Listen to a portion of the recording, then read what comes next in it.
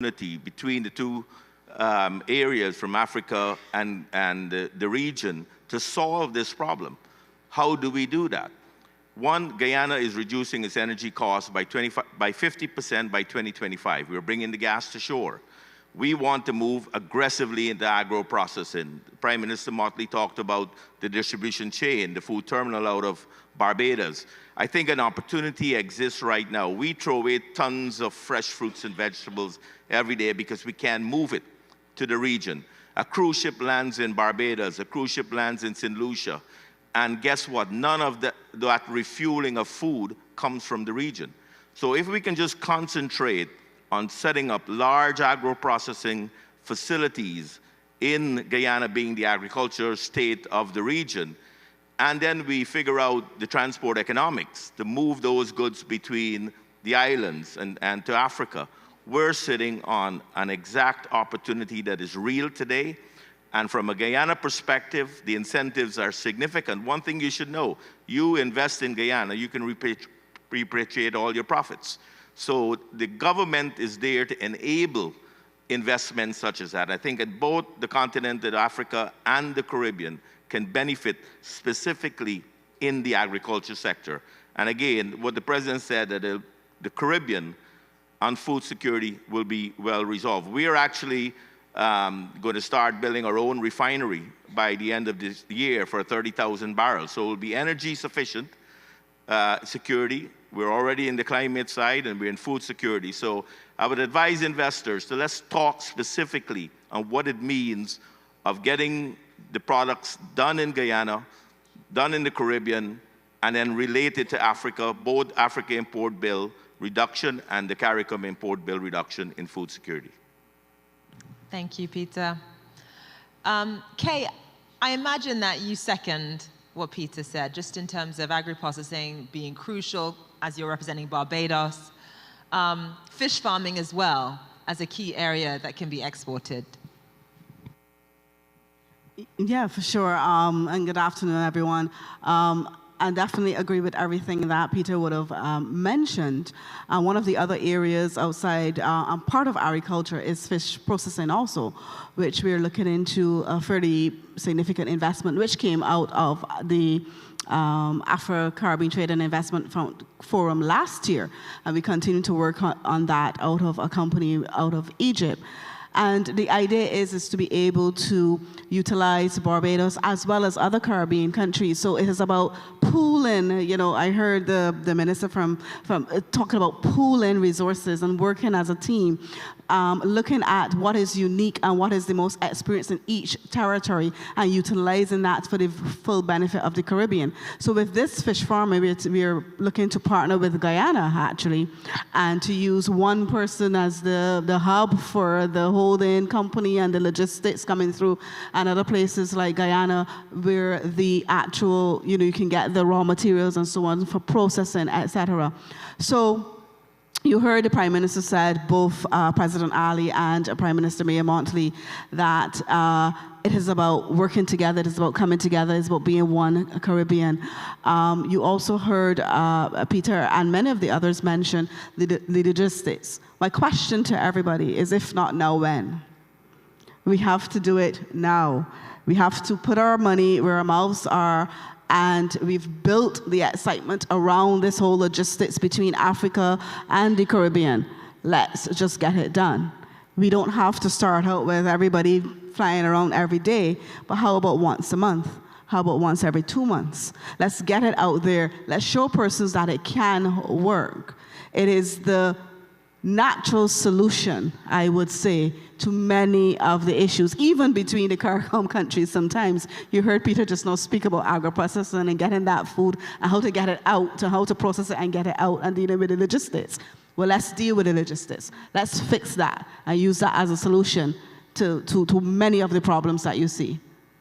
Could I add just one example with Barbados? Barbados is known for their black belly sheep.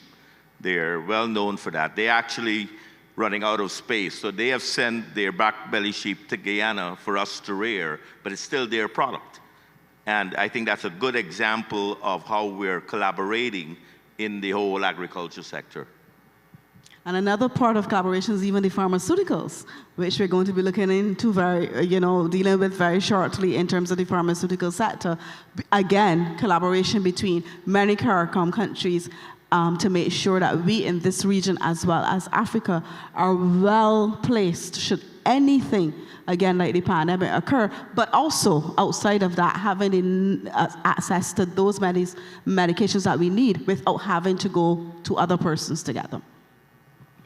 Thank you, Kay and Peter. Darwin, let me bring you in because you're our ports guy. And if you listen to what Kay and Peter were saying, I mean, yes, I think everyone in this room agrees with them, but it's easier said than done, especially when you think about transporting goods to other parts of the world.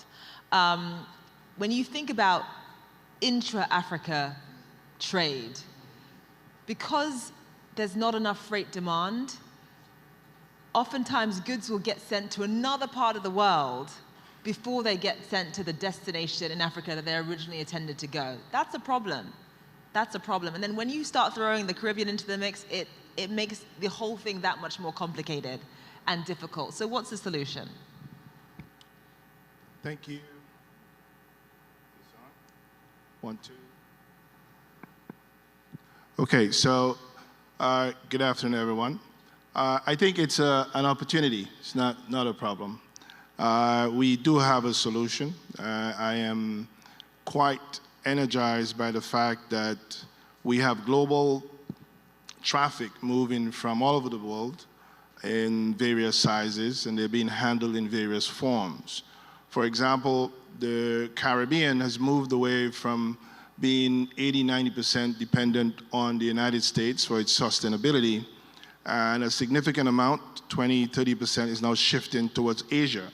China is further away from us than Africa is, and we are relying on that supply chain from China in various forms. Some businesses can move pallets, some businesses move boxes, some businesses move containers. So the opportunity we have with Africa is an opportunity to design a logistics system where we begin to move the scale that is required. Now, the challenge with that is that humans like to see things in straight lines, and logistics doesn't happen in a straight line. It can happen in various forms, but it gets there. You didn't travel directly to Guyana, but you got here. So what we need to do in Africa is design initially locations where we can consolidate various types of goods, establish the form of transport that exists. So we don't get into feeding into very expensive options with low volumes. We use established existing opportunities to move them, and because it's consolidated going to many different islands, we bring it into the region, and then there becomes the question of where do you hub that? So there are some discussions with regards to where is the cargo in Africa, how can you pull it together, and to do that you need logistics partners called NVOCCs, non-vessel operating common carriers, or ocean transport intermediaries, and these folks are already there. So you don't need the warehouse even, you don't need the box, it's just the concept and it already exists. We can filter through those established entities, bring it into the region and distribute it from here. So the platform exists. We now need to find the cargo. And just to add real quick, I think in listening to the discussion, I think that the opportunity exists where we recognize that we in the region are net importers. So we are looking for goods to come from Africa, and I think that's the easier thing to do.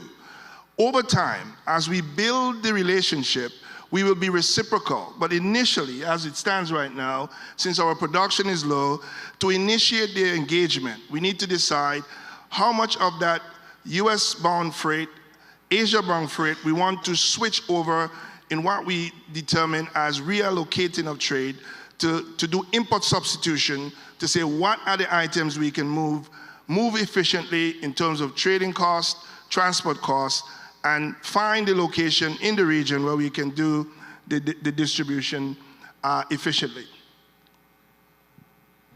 Thank you.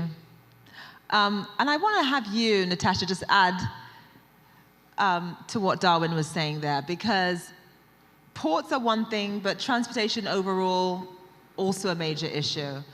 When you think about people in Africa trying to get to the Caribbean, maybe it's easier, kind of, but it's not, because you need visas, and you actually do need to stop over anyway, right? And actually, aside from you, Mike, because you're from Nigeria, how many people here, just raise your hand, if on your latest trip or most recent trip to Africa, you needed a visa? Oh, just you? Nobody else? Nobody else, so just you needed a visa. Okay, so perhaps there are other avenues, but for the ordinary citizens, they do need visas, and that's an issue as well.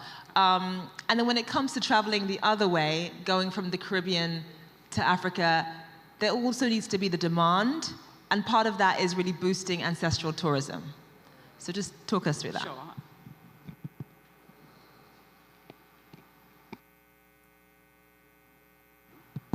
Sure. Thank you so much, and thanks to the organizers for inviting Caribbean Export to this conversation. It's quite timely. Just this June, Caribbean Export, we undertook our first mission to West Africa. We took 35 businesses, well, business and public officials to the continent, to Accra and to Lagos.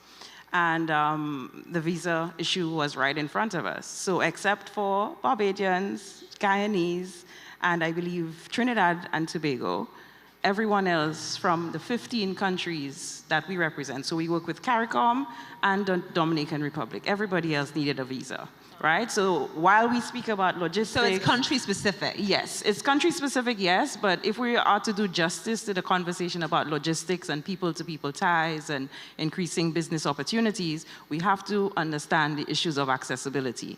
So yes, we may have the links, and yes, it would be great, but in this instance, if we did not have the good office of the Ghana Investment Promotion Agency, for instance, who was able to act as a sponsor and work with the immigration authorities, then this would not have happened. And the average business person may not have that network, may not have that ability to find somebody to more or less sponsor you. So we need to look just not about the logistics, but the actual accessibility. And I believe it works both ways.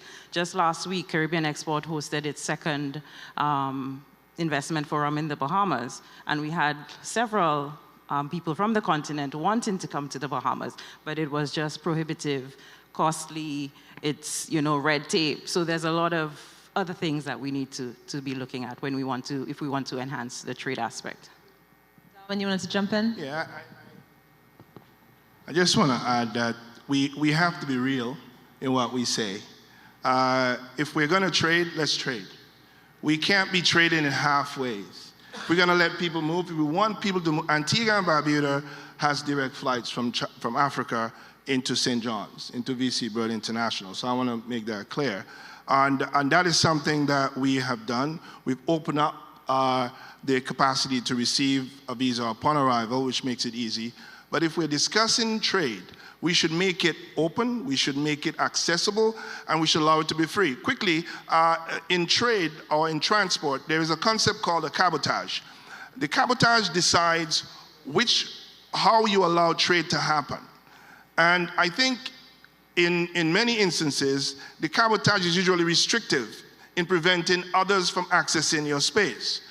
I think there should be no cabotage between Africa and the Caribbean, because it should be a space where we allow folks to move directly into. We are the same people, and we design the system of asking for tourism with passengers, and yet we are the most compellingly restricted in terms of wanting them. So I like to say boxes are cargo, but people are cargo too. If you want cargo, break the walls down and let people in.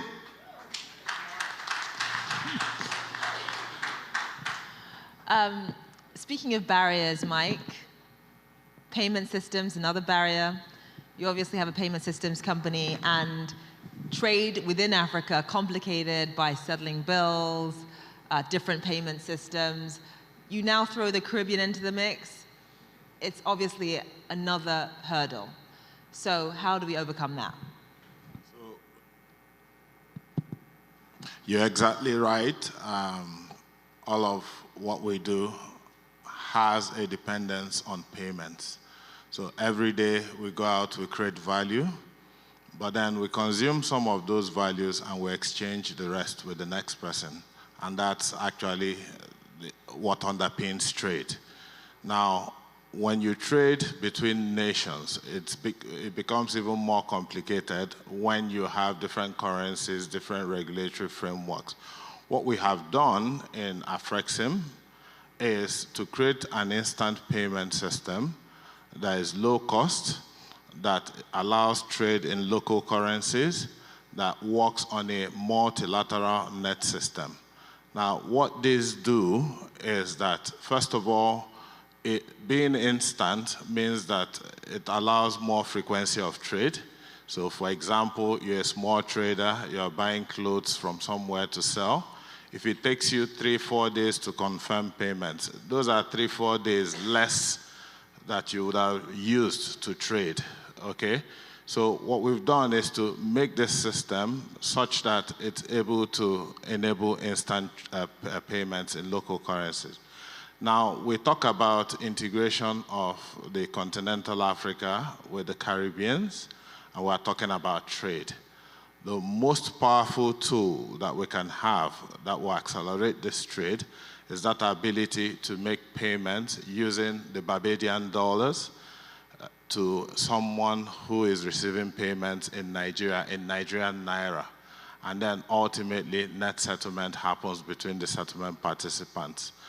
If we're able to do that, again, my economist friends tell me that GDP, that there's a component of GDP that has to do with the net of import and export, and that is trade. If we're able to increase that frequency of trade, we'll have an increase in the volume and values of trade, and that will certainly be an increase to the GDP of the participating countries. So we're very excited, and we know that payments has that transformational effect that will actually bring to life all of what we have spoken to, because when you travel, you make payments. When you eat, you make payments. Whatever you do, you make payments as far as you're exchanging value. Thank you. Thank you, Mike. So, Nazim, you're obviously part of the International Islamic Trade and Finance Corporation. You're here in Guyana to do business, looking at Guyana as a possible trading partner. Just explain to us what the ITFC can bring to Guyana. Thank you.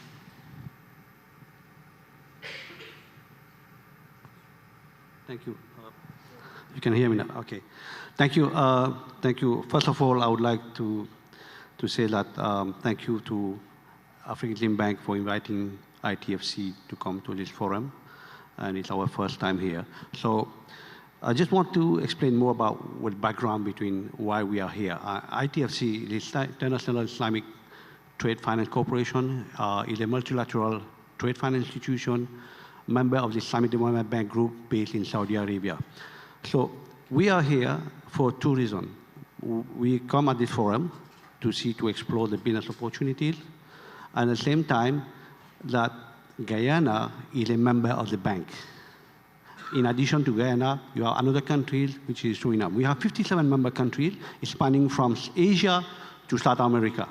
2 of them is here. So we are here to, because they are member countries, they are shareholders of the bank, we are here to look at how we can be part of the socio-economic development of these countries, which are also a member of CARICOM. So let me tell you what we do exactly in ITFC is purely trade finance. We do, over 15 years, more than $70 billion of trade finance business from Asia to Africa. And we have done business in Suriname, trade finance. So our mandate, our objective is to facilitate trade of our member countries, to do trade between themselves and with the rest of the world. So when I'm here, what we are here trying to do is to bring our expertise of trade finance, which is more than 45 years, because before ITFC, we used to be a department in the bank, Islamic Development Bank. So we had more than 45 years as a multilateral doing trade finance. So this is our core of a business. Our expertise is bringing the expertise of trade finance and trade development to the region. We have, in addition to trade finance, we do trade development activities to get an idea that we want to leverage on that expertise. We have flagship program. One of them is called Arab Africa Trade Bridge Program, which our main partner is African Exim Bank. We work a lot with them. And in this program, we try to facilitate trade between Arab countries and African countries. And we can bring that expertise to the region of how we can facilitate trade flows between Africa and the Caribbean countries. And we are part of doing the business for our 2 member countries, which facilitate the trade with the neighbors and also with the rest of the world. So we will be very happy to bring that expertise to the region and also to boost the trade that we have here. So first of all, I want to mention about trade finance. We talk about, first of all, logistics is an issue that we face everywhere. I'm working, for example, presently on a program for Central Asia. Central Asian countries or countries, for information, or double landlocked countries, how we can make them do business, do trade. These are the type of things that we work a lot. We can bring that expertise. Here in this region, we are not landlocked, but we have a lot of sea. So we need the shipping, because what is international trade is the good to be produced at competitive rate, the shipping or the transport to bring it to the market, and we need the finance to finance the whole transaction. So it's a physical approach to international trade, good shipping and finance. So the solution is not easy, all right? We need to look at, from my personal experience, we need to look at the think tank of how we can, a business council will work about looking at these challenges, the different pillars of the problem. We need to look at, therefore, study the possibility of a free trade area between Africa and Caribbean, and about bringing a fintech solution or digital solution to trade processing, because we need borderless and paperless processing of trade. And finally, we're talking about the shipping, main one, very important, is maybe to look at in the first phase to have I would say maritime hubs in each region, maybe 2 in Africa and 1 in here, because there's not enough cargo volume, where we can group them, pool them, and then when they reach in a hub, let's say in the Caribbean, we have feeder vessel or cabotage that can bring them to the different islands, and so that we can have to. In the beginning, to be practical, it will not be something efficient in terms of cost, but we need to bear the high cost at the beginning to be able to create the necessary volume over time, because it's a chicken and egg solution. Which comes first, the trade or the shipping? So one of them, I mean, governments can look at shipping as a solution where we may have to subsidize it to be able to create volume over time, cargo volume. Thank you. Thank you, Nazim. Unfortunately, we are out of time now, so can we just give a quick round of applause to our panelists who gave us a very engaging discussion. I really wanted to ask more questions, but we are out of time. Thank you so much, and I'll welcome back Crispin. Thank you.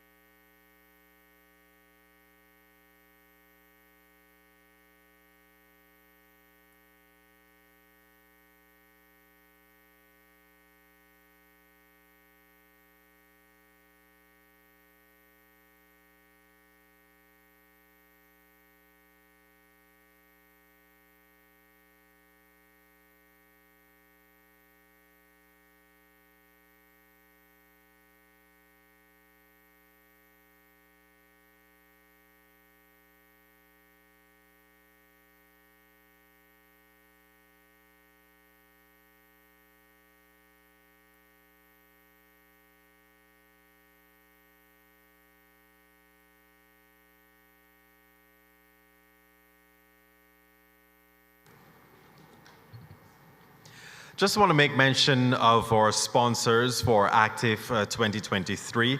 Of course, without them, it would not be possible. Oando PLC, one of Africa's leading energy solution providers operating in the upstream, midstream, and downstream. The government of Barbados, who hosted the historic inaugural ACTIF in 2022. Invest Barbados, Export Barbados, and the Barbados Tourism Marketing, Inc. We are now on to our final session for day number 1, and it is perhaps one of the most important sectors, oil and gas. This discussion should open our eyes and ears on how Africa and the Caribbean can collaborate to utilize their natural resources to drive economic development. Gracing us with his presence as moderator, ladies and gentlemen, please welcome the co-owner of Oil Now, Mr. Chris Chapawanya.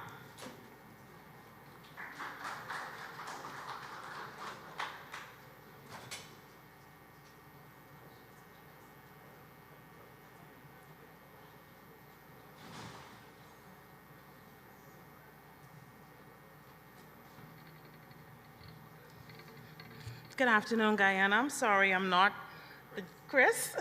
My name is ACTIF2023. I'm the Deputy News Director of the Broadcasting Corporation of the Bahamas. I want to say thank you so much for staying for the final session of this wonderful conference. If you're having a good time, please clap. I want to say thank you to President Orama. So good to see you, sir. And thank you to everyone who's here. Before we get ready to hear from the dynamic panelists, I want to first of all introduce our keynote speaker. He is the Honorable Vikram Bharati. He's the Minister of Natural Resources for the Government of Guyana. Please give the Minister a round of applause.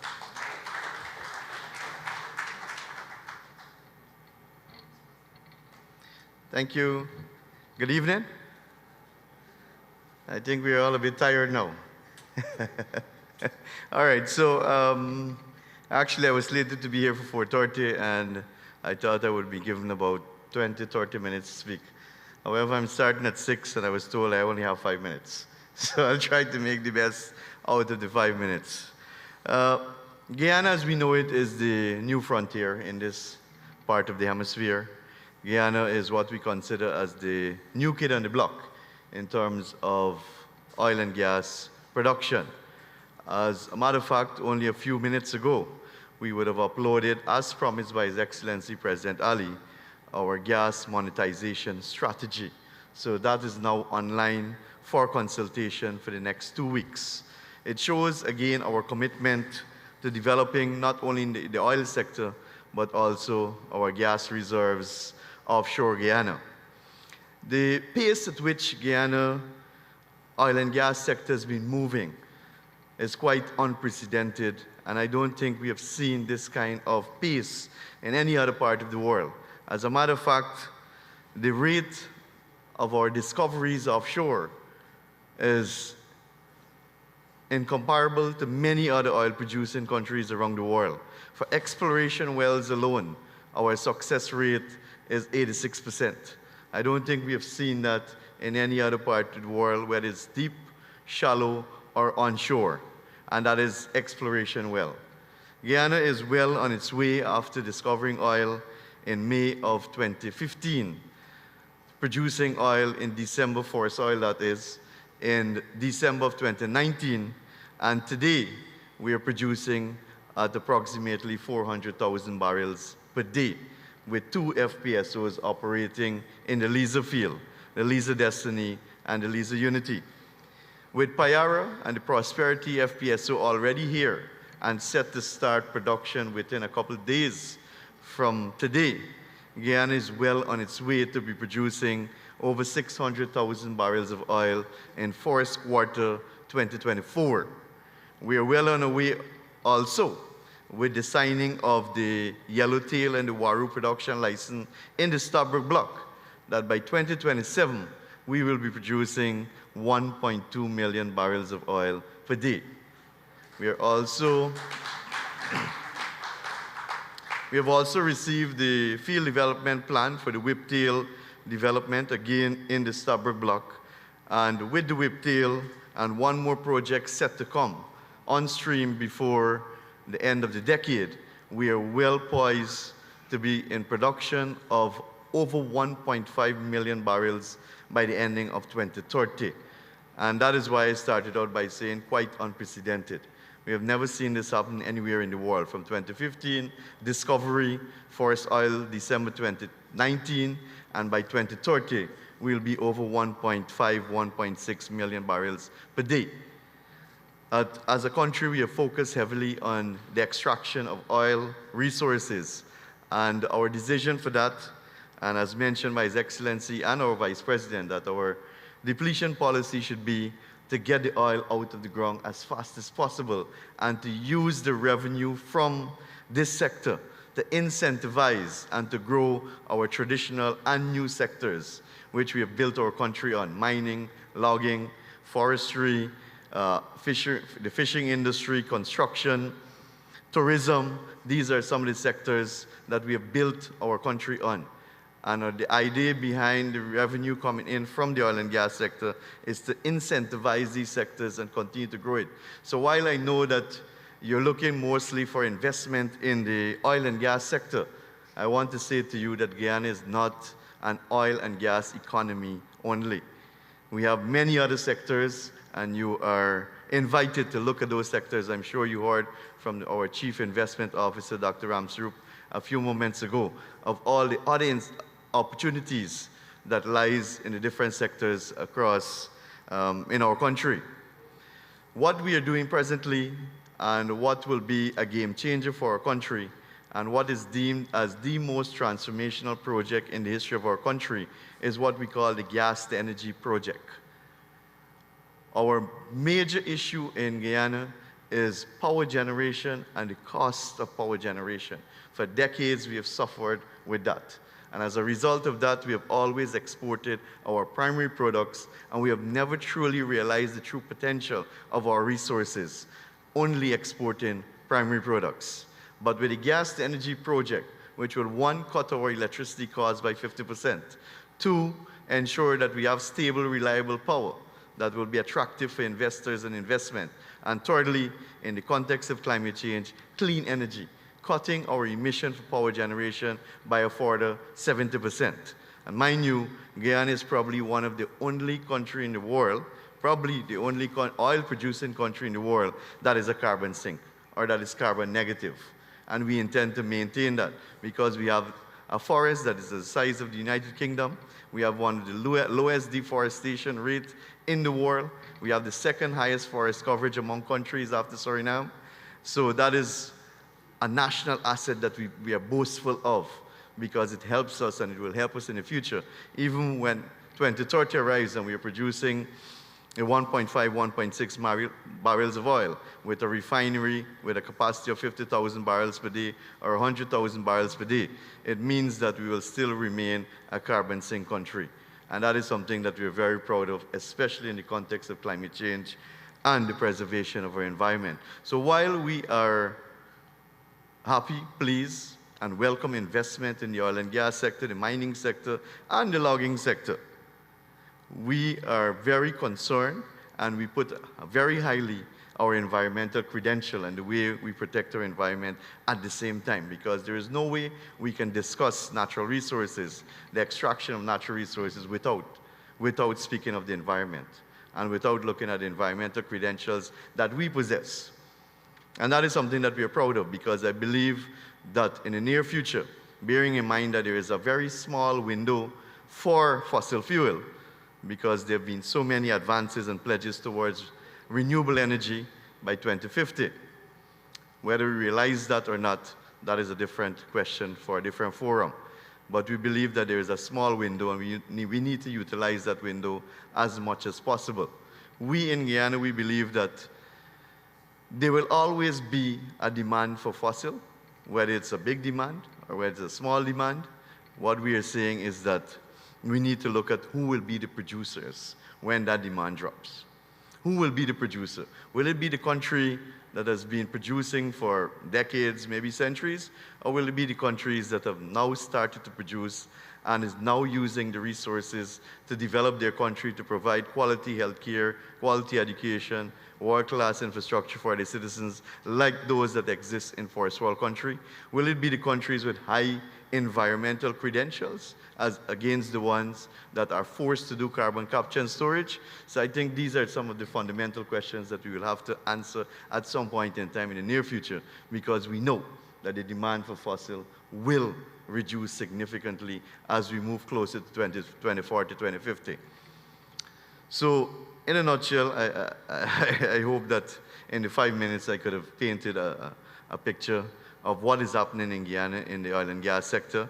As I mentioned, the gas energy project is utilizing 50 million cubic per day to generate 300 megawatts of power. Some people may say 300 megawatts of power is not much, but in Guyana, our peak consumption is maybe about 200 right now.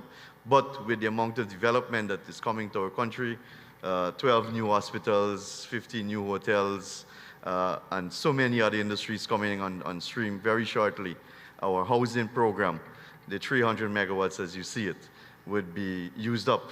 That is why also we are pursuing hydro. We are doing a hydro project of 165 megawatts. We already are working on installing 33 megawatts of solar energy, and we have plans to wind as we move on. Right now, we are also doing a few mini hydros in the hinterland communities. If you're familiar with Guyana terrain, it's very difficult for the hinterland communities to be connected to the national grid because of the geography and the cost of getting infrastructure into those areas. Hence, solar power generation is critical in those regions, as well as hydro and mini hydros, solar. So you will find all of this information in what we call our low carbon development strategy of 2030, which speaks towards Guyana's development in a sustainable, responsible manner, and it speaks also to our energy mix. So once again, thank you very much. Thank you. I know it's late in the evening. Most of you, I'll probably see you at the reception so we can have a chat there if there are further questions or anything that you need to clarify on. But thank you for the opportunity.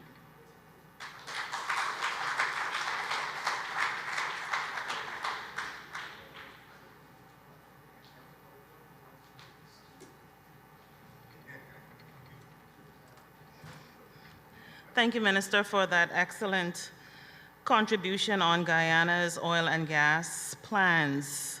If you didn't know, oil and gas really affects us either indirectly or directly. We need gas to travel. We need oil to live. And I think this next panel will definitely open your eyes to how oil and gas can and will impact the future of the Afro-Caribbean. The main goal of this session is to focus on how Africa and the Caribbean can collaborate to utilize their natural resources to drive economic development. And we have 4 distinguished panelists who can better explore that topic. To introduce them to you first, we will have Dr. Thackeray Dax Driver. He's the president and CEO of Trinidad and Tobago's Energy Chamber. Dax?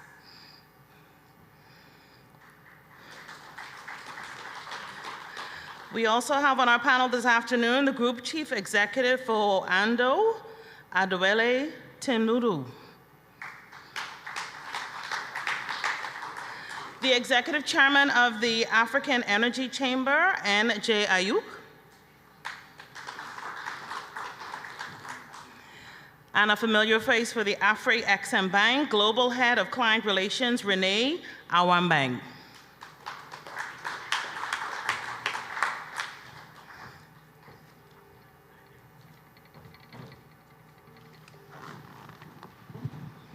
Gentlemen, thank you so much for participating in this last panel of the first day of this dynamic conference. I have a question for each one of you, and if you can answer it in the shortest words possible. To what extent does the West's desire to replace supplies of Russia's oil and gas with other suppliers provide opportunities to the Africa and Caribbean regions? Dax? Okay, so for Trinidad, so just for context first of all, so Trinidad and Tobago, Guyana here's one of the world's newest oil provinces, incredibly exciting. Trinidad and Tobago is one of the world's oldest oil provinces, been in the business since the beginning of the 20th century. About 500,000 barrels a day of oil equivalent production, but 85% of that is natural gas. That natural gas goes into LNG, methanol, and ammonia. So obviously the geopolitics with the Russian invasion of Ukraine obviously created a sort of a lot of interest in Trinidad and Tobago as a major exporter of natural gas being the big thing that Europe wanted to buy, not from Russia.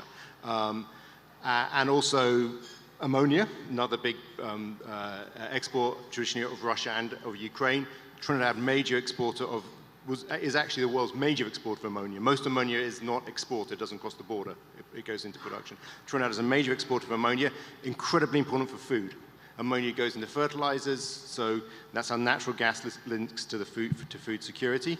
So obviously the changing geopolitics created this interest in Trinidad. Trinidad has, we are in a pretty unique position because we have a lot of available capacity in our downstream part of the industry. We have an LNG train which is currently offline, we have a methanol plant offline, we have an ammonia facility offline. That's all because our upstream production has been declining. So obviously the big push for Trinidad is to increase our investment into Trinidad's upstream, increase our gas production, fill up that downstream infrastructure that we have, and make available to the world secure supplies. And Trinidad has a great reputation of being a secure supplier, really good respect to contracts. We believe in multilateralism. So all the sort of things which the international community looks for, Trinidad ticks all of those boxes. So yeah, there's been a lot of interest in Trinidad because of that geopolitics. Thank you. Sir? Definitely, it's huge potential. Africa is 10% of global hydrocarbon reserves, of which 70% is actually gas. Nigeria, over 170 trillion cubic feet of gas. Mozambique, with the big discoveries there, is close to 100 trillion cubic feet of gas discovered. And phenomenal discoveries all in the last 10 years. Angola, Algeria. And so, based on shipping routes and the advantage of close proximity to Europe, I mean, African gas is certainly going to do well. But what is interesting is about the geolocation of the Caribbean is approximately 12 days shipping into the west coast of Africa. And oil products are typically very cost sensitive from the logistics side. So we've seen cargoes come from the US west coast, deliver into West Africa of refined petroleum products. So I expect to see, as Guyanese crude gets as we see increased in production, I expect to see homes for Guyanese crude and Trinidadian hydrocarbons as well on the west coast of Africa. So we're really looking forward to a bit of cross-trade between the two continents, particularly with the additional refining capacity that is being discovered or being created in West Africa, particularly in Angola and Nigeria right now. And slates of crude are necessary. It's a blend that is utilized in most refining processes and not just singular crude from one region. So they're great prospects for the future. Great answer. Mr. Ayuk? I think it's an opportunity for African and Caribbean nations with what you see happening in Ukraine, but it boils down to something very, very easy. It's going to mean, can we ramp up capacity? Can we really meet the demand? I hate to tell you, no, we cannot. Because why? We do not have the funding that goes into developing a lot of underexplored fields that are there. So you could have potential, you could have discoveries, but if you cannot ramp it up and bring that gas, then you would not be able to meet European demand and also meet African demand. So it is an opportunity for us to, we could say we've been saved by the belt, but we need to ramp ourselves up and get our house in order to be able to meet that demand. So for us to just say, yes, it is an opportunity, but what are we doing about it? Being able to really go in there, explore more, drill, discover, produce that gas, but also demand on our partners, whether they're coming from Europe or any place where they're saying, you need to produce and give us gas. What are we asking of them? Don't just give us gas. I saw on the news coming here that the Chancellor of Germany is in Nigeria looking for gas. Put some money in the game. You need to put money so you can produce the gas. And I mean, Oando is sitting right here. They stand on so many potential resources. How many people are going to them and say, let us do joint ventures with you? Same with Caribbean companies. That's how you get a lot of the gas out. It's not just demanding it without investing in it. Great information. Mr. Rene? Thank you very much. Now, the Ukraine crisis creates significant opportunity for Africa. You know very well that 5 of the top 30 oil-producing countries in the world are on the African continent. The oil and gas sector contributes something like 53% of the GDP of African countries today.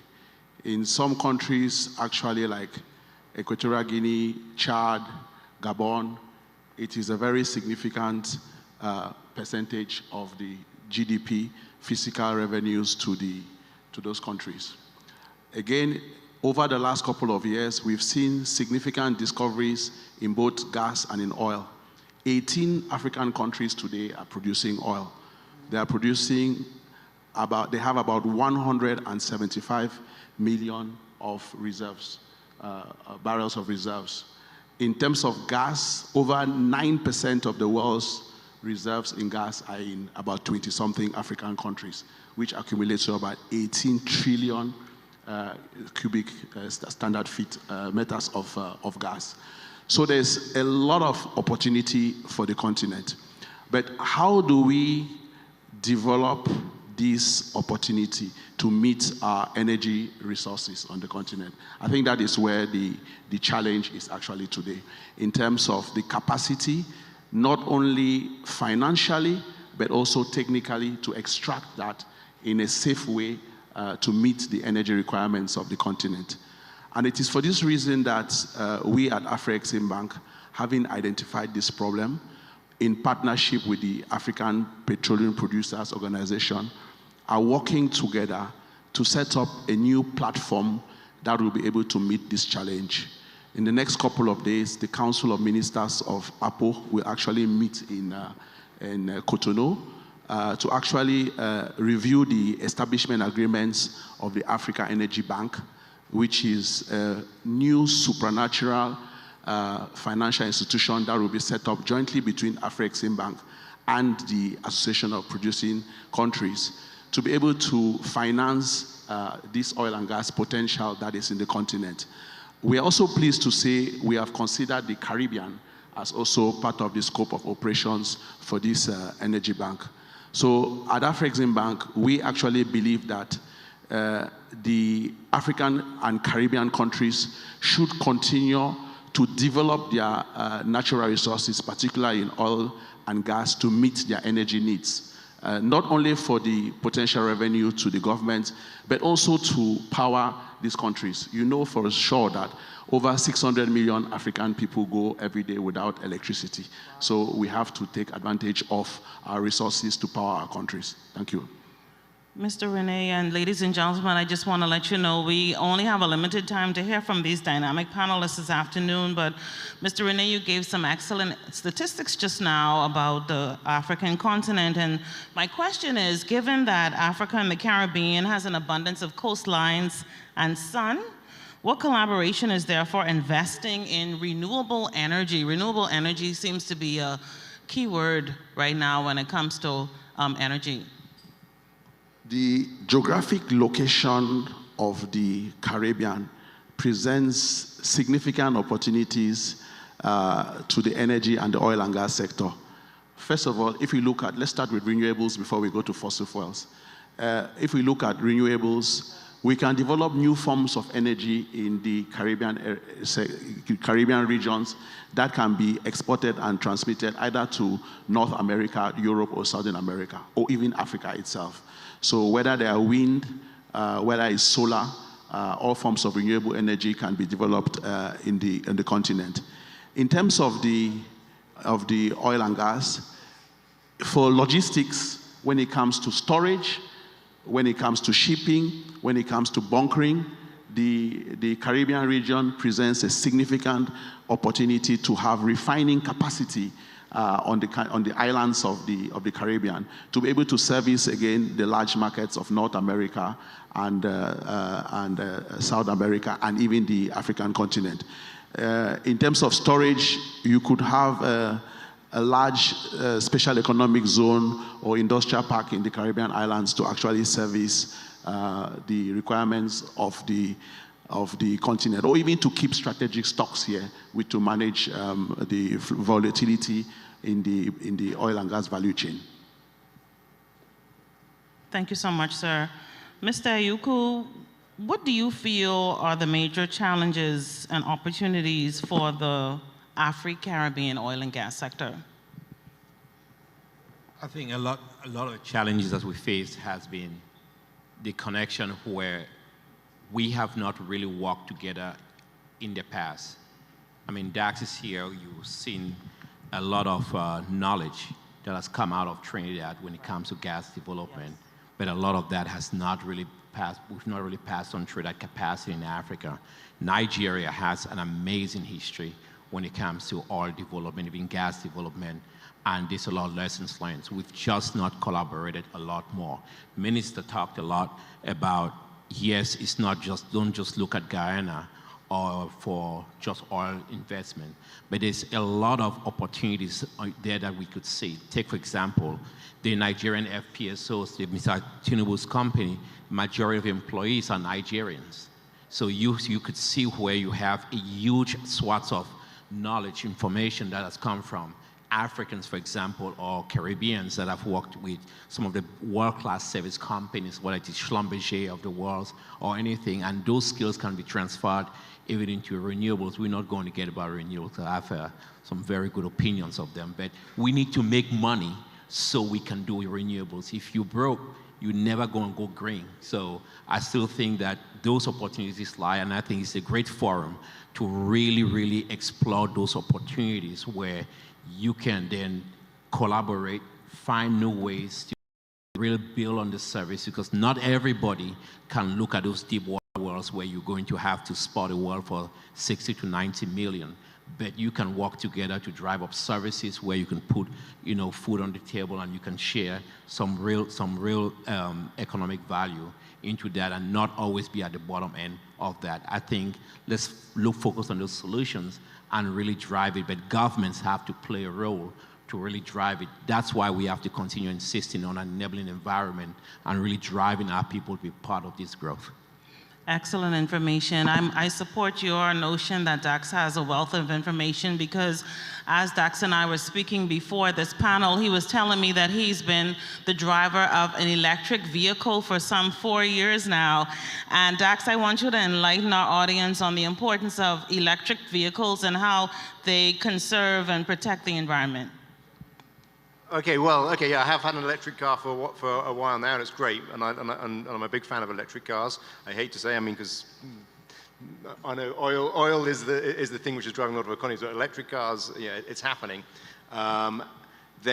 They are great in small islands. So for the Caribbean, electric cars are absolutely, the use case in the Caribbean for electric cars is just perfect. Here in Guyana, Suriname, not so much, because you have much longer distances. In most of Africa, not so much, because you have the distances. On small islands, electric cars are absolutely perfect for small environments.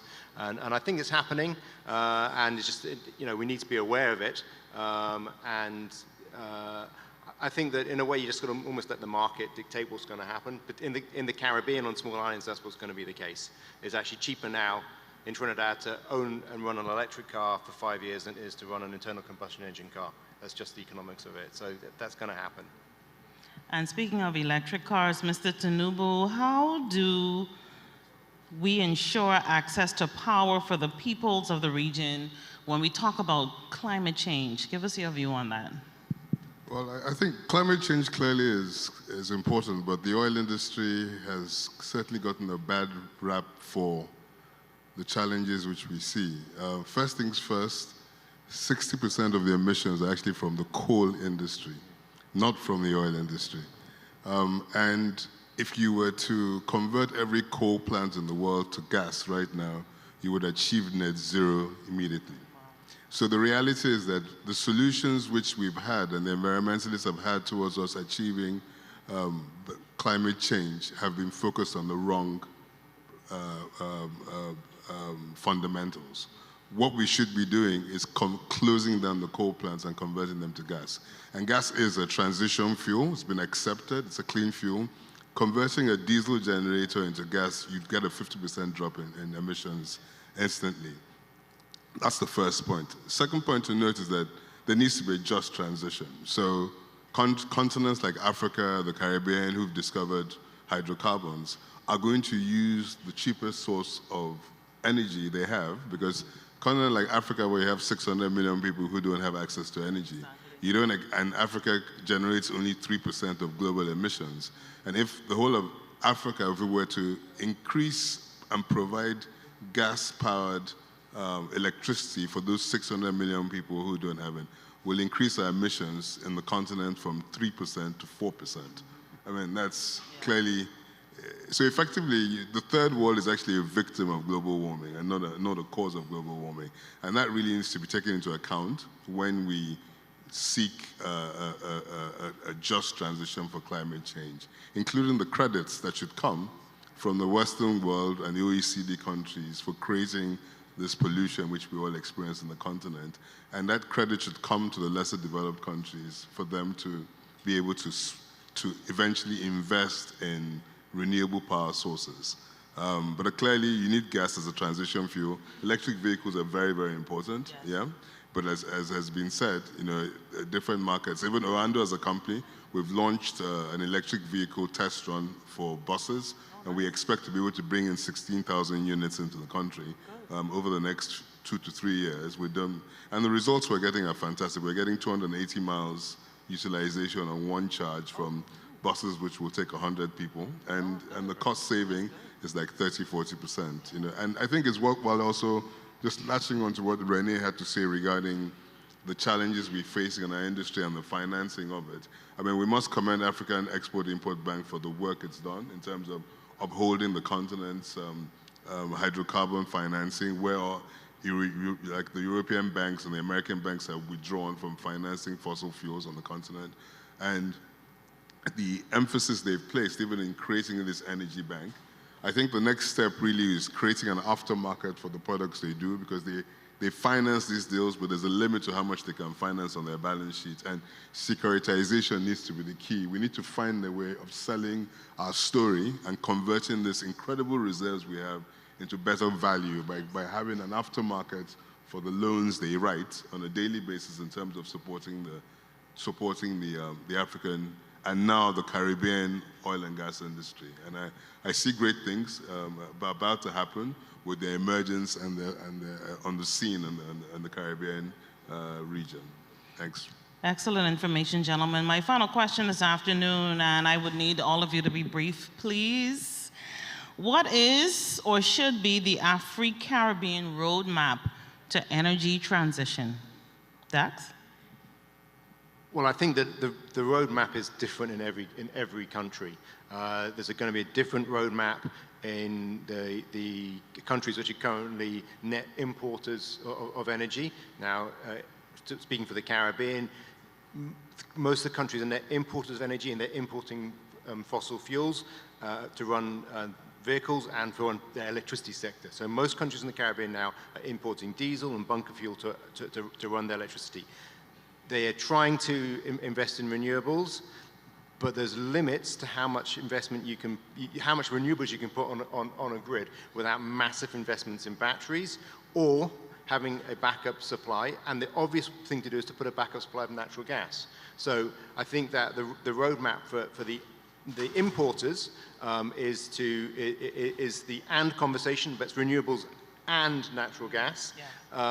And it's also about interconnecting the countries as well, because the bigger grid you can have, the more renewables you can put on it. It's really difficult putting a lot of renewables on a small island grid. It's a very, very difficult thing to do. Okay, so the roadmap for each country is going to look a little bit different, but the first thing is you've got to get a roadmap. The roadmap for Guyana, Suriname, Trinidad is going to look a little bit different. I mean, we have energy security. We're net exporters. There's things that Guyana is doing right now, which I think the minister gave us the Guyana roadmap half an hour ago, so I don't need to go into that again. But every country is going to be different. But I think that I think the things that I'll come back to is It's and, so it's not or. And I think that this is a big mistake which a lot of development finance banks have made. They said we're not doing anything with fossil fuels. Well, then actually means you can't drive the transition, because you actually have to invest in fossil fuels to drive the transition. So that's a big mistake. So it's and it's then being nimble and being specific to the specific issues of each country that you're in. Thank you. Mr. Tinubu? I agree with most of what is said. I think the important thing is the energy mix. Countries that have hydrocarbons will need to use those hydrocarbons. Gas is a wonderful transition fuel, and for you to get the kind of base load of power, cheap power that is required to industrialize, means that most countries would have to use gas. And clearly, there's a race against time. I think without a shadow of doubt, there's going to be substantial reduction in diesel consumption over the next 20 years and gasoline consumption. But even to have electric cars on the road, they need to be powered.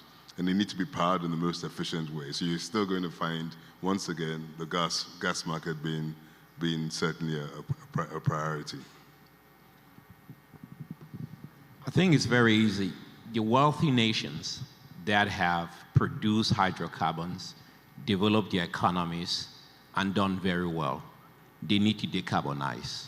The Caribbean and African nations need to industrialize. It is morally wrong to look at Caribbean and African nations and say, you need to go on the same path like us. Guyana, the minister said by 2030, they'll be at about 1.5 million barrels a day. They need that for their development. You can't just sit someone there to give them a lecture and say, you need to stop. Like, please don't stop. Produce every drop of hydrocarbons you can find, and then use that money to go at your own pace. You are not going to have them. First of all, where is the $100 billion they promise you? It hasn't come. And then you're saying you have to transition. Where you going to have the money from? Afro-Exim is not going to be alone to power that transition without the money. So I'm sorry, we like to watch movies. Wakanda Forever is a good movie, but the Black Panther is not coming. We're going to have to do that ourselves. So produce every hydrocarbons in the ground, use that money to transition. That's our plan for transition. That's how you get a just transition. Excellent. Mr. Renee, you have several seconds. It's very difficult to speak on this topic after NG. But I just want to say we stand for a just transition. And I'll give you a very simple example. The biggest culprit of carbon emissions is the shipping industry in the continent. What happens with the shipping industry?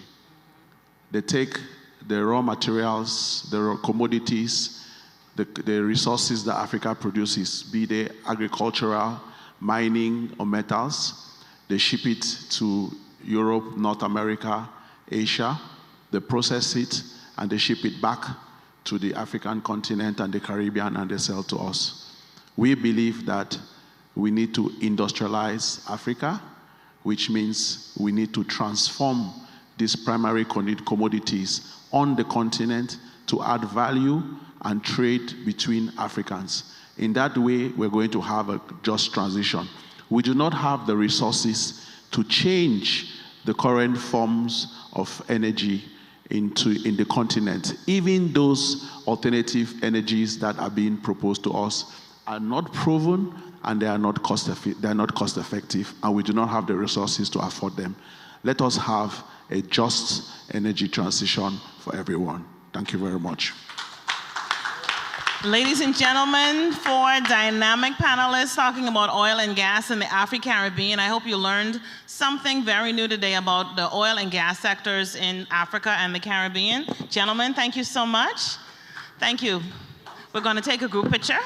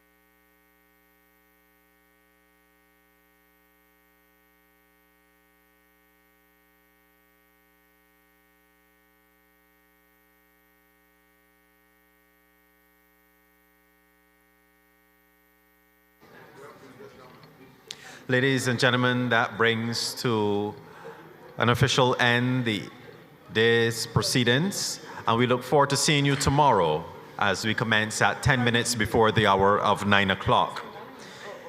Also, just to let you know, the welcome reception at State House is still on, and buses are awaiting in the reception area, and they will depart at 7 p.m. sharp. So you have just a few minutes to put away your tacklings in your respective rooms, and you get back down to the lobby as the buses depart at 7 p.m. sharp. Welcome reception at State House, Georgetown, still on for this evening. Ladies and gentlemen, do have a fantastic one, and we will see you guys around. Thank you.